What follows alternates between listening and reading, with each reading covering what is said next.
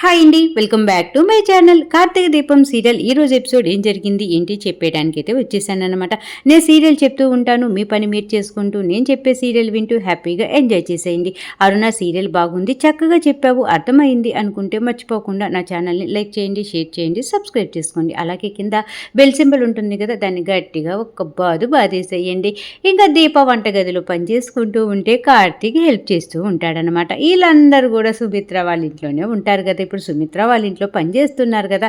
ఇంకా దీపక్ హెల్ప్ చేస్తూ ఉంటే అప్పుడే కార్తీక్ అడుగుతూ ఉంటాడు, ఏంటి మరదలా అలా ఉన్నావు అనేసి అనగానే, నేను నాన్నతో మాట్లాడుతూ ఉంటే నాన్న కూడా నాకు అలాంటి నీతులు నాకు చెప్పమాకు అన్నాడు బావ. నాన్న కూడా నాకు వ్యతిరేకంగా మాట్లాడాడు అనగానే, నువ్వు మామయ్యతో మాట్లాడుతూ ఉంటే అక్కడే ఉండి జోష్న అన్నీ వింటూ ఉంది అనేసి దీపకి కార్తీక్ జోష్న గురించి చెప్పగానే, ఏంటి బావ జోష్న వినిందా, ఏమైనా అనిందా అనగానే, జోష్న అనకుండా ఉంటే విచిత్రం కానీ అంటే ఏం విచిత్రం చెప్పు మరదలా, నాతో మాట్లాడింది పోట్లాడింది కూడా, నేను కూడా తగినట్టుగానే జవాబు చెప్పా. ఆ జోష్న సంగతి సరే కానీ నువ్వు రాత్రి నుంచి ఏమీ తినలేదు కదా, ఇప్పుడు ఏదన్నా తిని వంట చేసుకోవచ్చు కదా అనేసి అంటూ ఉంటే, బావ టిఫిన్ తినకపోయాలి, ఇంకెలాగో భోజనం రెడీ అయింది కదా, భోజనం తింటాలే బావ, నీ పని నువ్వు చూసుకో, నా పని నేను చూసుకుంటాను అని చెప్పేసి మొత్తానికి అంటూ, ఇంకా అమ్మా నాన్న అలా బాధపడుతూ ఉంటే నాకు అన్నం ఎలా తినబుద్ధవుతుంది అని చెప్పేసి దీప అనేలోపు ఈ జోష్న పారిజాతం ఇద్దరూ కూడా ఇంకా శ్రీధర్ వాళ్ళ ఇంటికి వెళ్ళాలని చెప్పి బయలుదేరి కిందకు వస్తూ ఈ దీప కార్తీక్ అనుకునేటటువంటి మాటలన్నీ వింటారనమాట.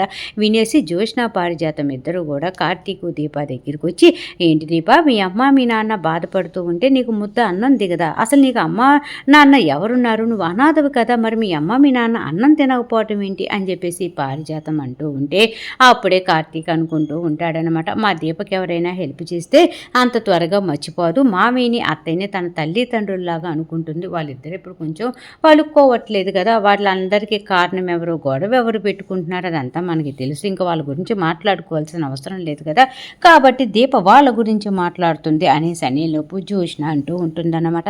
ఇంకా నువ్వు మా అమ్మ మా నాన్న గురించి నువ్వు ఫీల్ అవ్వాల్సిన పని లేదు, కొన్న కూతుర్ని నేను చూసుకుంటా అని చెప్పేసి జోష్న అనుకుంటూ, ఏంటి ఈ దీపకు ఒకేలా మా అమ్మ మా నాన్నే వాళ్ళ అమ్మ నాన్న అని తెలిసిపోయిందా, దాని మాటలకు అర్థం ఏంటి నేను కనుక్కోలేకపోతున్నాను అని చెప్పేసి, డ్రైవర్ పనుందిరా అనేసి అనగానే, ఎక్కడికి మేడం అని చెప్పేసి కార్తీక్ ఎటకారంగా అంటూ ఉంటే, ఓనరమ్మ పిలిచినప్పుడు ఎక్కడికి ఏంటి అని అడగకూడదు, ఎమ్మటే రావాలి అని చెప్పేసి పారిజాతం తానా అంటే తందానా అంటూ ఉంటుంది కదా, వాళ్ళ మనవరాలు జోష్న ఏది మాట్లాడితే అది ఇంకా కార్తీక్ జవాబు అలా చెప్తుందనమాట. సరే మేడం పదండి అని చెప్పేసి, దీపాను మర్చిపోకుండా భోజనం చెయ్యి, లేదంటే ఆరోగ్యం దెబ్బతింటుంది అని చెప్పేసి జాగ్రత్తలు చెప్పి జోష్నాన్ని పారిజాతాన్ని కార్తీక్ దగ్గరికి తీసుకొని వెళ్తాడనమాట.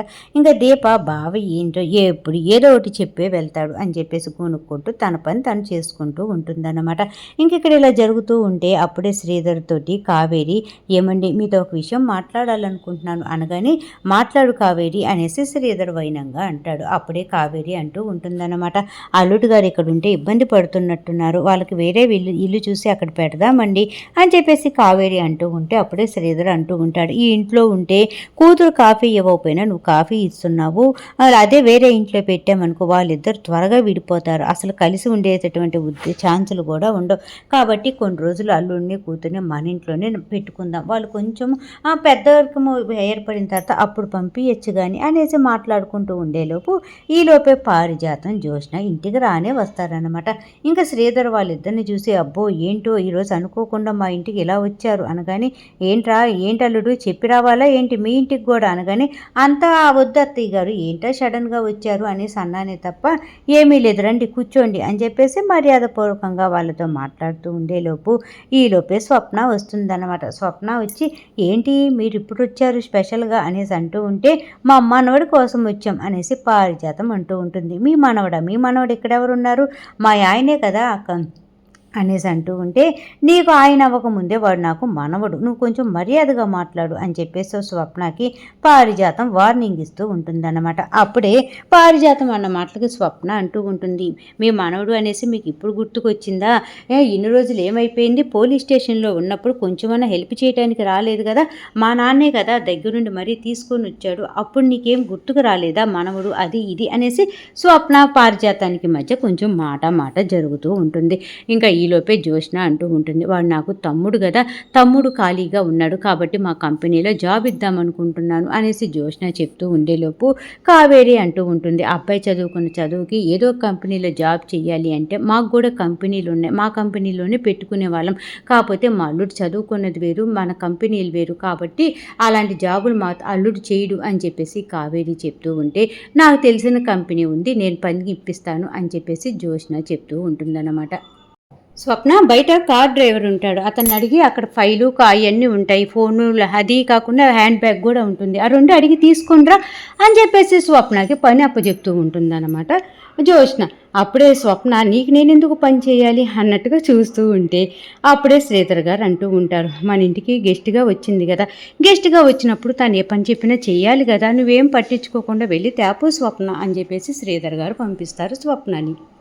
ఇంకా స్వప్న సరే కదా, నాన్న చెప్పాడు కాబట్టి ఇంక చెయ్యాలి తప్పదు అన్నట్టుగా బయటికి వెళ్ళి అలా డ్రైవర్ ఆ బండిలో అంట హ్యాండ్ బ్యాగు అలాగే ఫోను ఉందంట కదా ఇవ్వవా అనేసి అనేలోపు సరే మేడం అని చెప్పేసి కార్తీకు ఇటు చూసి సరే మేడం అనేసి స్వప్న వైపు చూడగానే స్వప్న షాకు అలాగే కార్తీకు షాక్ అనమాట. ఏంటన్నయ్యా నువ్వున్నావు ఇక్కడ అనేసి అనగానే వీళ్ళకి కార్ డ్రైవర్ నేనే కదమ్మా అని చెప్పేసి కార్తీక్ అంటాడనమాట. అన్నయ్య నువ్వని తెలియక డ్రైవర్ అని పిలిచాను ఏమనుకో మాకు అన్నయ్య అని చెప్పేసి పాపం ఉండన్నయ్య ఇప్పుడే వస్తా, జ్యోత్స్న కావాలని ఇలా చేస్తుంది కదా దాని పని అయిపోయింది అని చెప్పేసి గబగబా లోపలికి రాబోతూ ఉంటే కార్తీక్ అంటూ ఉంటాడు, స్వప్న ఇప్పుడు గొడవ దేనికి కామ్గా ఉండు అంటూ ఉంటే, లేదన్నయ్య నిన్ను డ్రైవర్ అంటుందా, అది కాకుండా నాకు తెలియక నా నోటి వెంటే నేను నిన్ను పిలుస్తానా అని చెప్పేసి గబగబా కోపంతో వచ్చి రాగానే శ్రీధర్ అడుగుతూ ఉంటాడు, అదేంటి స్వప్న ఫోను హ్యాండ్ బ్యాగు తెమ్మంటే ఖాళీ చేతులతో వచ్చావేంటి అనగానే, నాన్న అక్కడ డ్రైవర్ ఎవరో కాదు మన అన్నయ్యే అని చెప్పి అనగానే ఆ ఒక్కసారిగా పాపం బిత్తరబోయి బాధతోటి చూస్తూ ఉంటాడనమాట. ఇంకా కార్తీకే ఆ ఇంటి డ్రైవర్ అని వాళ్ళకి తెలుసు కదా శ్రీధర్ గారికి. ఇంకా ఈలోపే కార్తీకు హ్యాండ్ బ్యాగ్ ఫోను తీసుకుని లోపలికి రానే వస్తాడు, వచ్చి ఇదిగోండి మేడం అని చెప్పేసి జ్యోత్స్నకి ఇవ్వగానే, ఏంటి కార్తీక్ ఇంటి ముందుకు దాకా వచ్చి ఇంట్లోకి ఎందుకు రాలేదు అనేసి శ్రీధర్ అడగగానే, ఇంకా మొన్న గొడవ జరిగింది కదా కార్తీక్కిను వాళ్ళ నాన్నకి, అప్పుడు అవన్నీ గుర్తు చేసుకుంటూ ఉంటాడు కార్తీక్.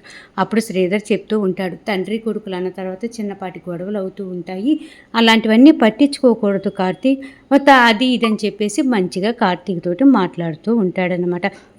ఇంకా అప్పుడే జ్యోత్స్న అంటూ ఉంటుంది, అతను మా కార్ డ్రైవర్, ఇప్పుడు మీ తండ్రి కొడుకుల బంధం గురించి రాలేదు, ఆయన కార్ డ్రైవర్ కాబట్టి వచ్చాడు అనగానే అప్పుడే శ్రీధర్ అంటూ ఉంటాడు, వాడు నీకు కార్ డ్రైవర్ అవ్వకముందు నీకు బావ అవ్వకముందు నాకు కొడుకు, ఇవన్నీ మర్చిపోయి మాట్లాడుతున్నావా అని చెప్పేసి జ్యోత్స్నకి క్లాస్ పీగుతూ ఉంటాడు శ్రీధర్.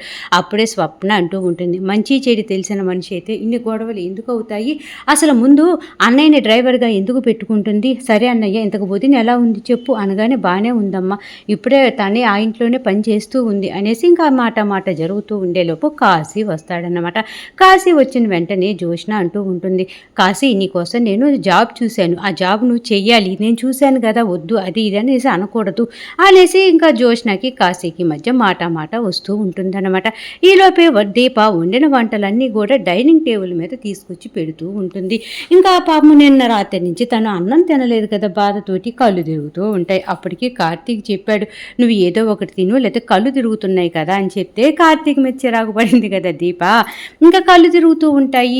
సుమిత్ర చూస్తుంది, ఏంటి దీపగా తల పట్టుకుంది అని చెప్పి చూసుకుంటూనే ఇంకా అసలే సుమిత్రకి కొంచెం కోపంగా ఉంది కదా దీపం చూస్తే, కాబట్టి పట్టించుకోకుండా వెళ్తుంది. ఈలోపే కిచెన్లో పెద్దగా సౌండ్ అనమాట. దీప ఏదో గిన్నె తేవటానికి వెళ్ళి అక్కడే కుప్ప కూలిపోతుంది. వెంటనే సుమిత్ర ఏంటి వంటగదిలో నుంచి ఏదో సౌండ్ వచ్చింది, దీపకి పడిపోయిందా ఏంటి అనేసి గబగబా దీప అనుకుంటూ కిచెన్లోకి వచ్చేలోపు దీప పడిపోయి ఉంటుంది అనమాట. అమ్మ లెగు దీప అనేసి ఎంత పిలిచినా పలకదు. ఇంక వెంటనే వెళ్ళి ఒక గ్లాస్ నీళ్ళు తీసుకొని వచ్చి మొహం మీద కొడుతుందా, లెగు దీప అని చెప్పేసి దీపని లేపుకుంటూ ఈలోపే కార్తీక్కి ఫోన్ చేస్తుంది అనమాట. దీప ఎంత పిలిచినా లెగట్లేదు కార్తీక్, నాకు భయంగా ఉంది అని చెప్పేసి అప్పుడు కార్తీక్ జరిగిందంతా చెప్తూ ఉంటాడనమాట. ఇంకా ఈలోపే ఆ ఇంట్లో పెద్దవారు జరుగుతూ ఉంటుంది. స్వప్నకి, జ్యోత్స్నకి, పారిజాతానికి, కాశీకి అందరికీ మాట పెరిగి ఇంకా ఈలోపే దీప మొహం మీద నీళ్లు చల్లి కొంచెం అటు ఇటు ఉండేలోపు దీప తేరుకుంటుందన్నమాట. అప్పుడు సుమిత్ర అంటూ ఉంటుంది, నువ్వు కళ్ళు తిరిగి పడిపోయావని భయంతో నేను కార్తీక్కి ఫోన్ చేశాను. కార్తీక్ జరిగిందంతా చెప్పాడు. నువ్వు ఇప్పుడు అన్నం తినకుండా ఎవరిని సాధించాలి అని చెప్పేసి, అన్నం తినకుండా ఉంటే కోపాలు అవి తగ్గుతాయంటే నేను చాలా రోజుల నుంచి అన్నమే తినను, అది ఇది అని చెప్పేసి సుమిత్ర గబగబా వెళ్ళి అన్నం పెట్టుకొని వచ్చి, ఇదిగో అన్నం పెట్టే అంత ప్రేమ నాకుంది కానీ నోట్లో పెట్టే అంత ప్రేమ అయితే నాకు లేదు అని చెప్పేసి డైలాగ్ చెప్తూ ఉంటే కార్తీక దీపం సీరియల్ అయిపోయిందన్నమాట. సీరియల్ బాగుంది అనుకుంటే మర్చిపోకుండా నా ఛానల్ని లైక్ చేయండి, షేర్ చేయండి, సబ్స్క్రైబ్ చేసుకోండి.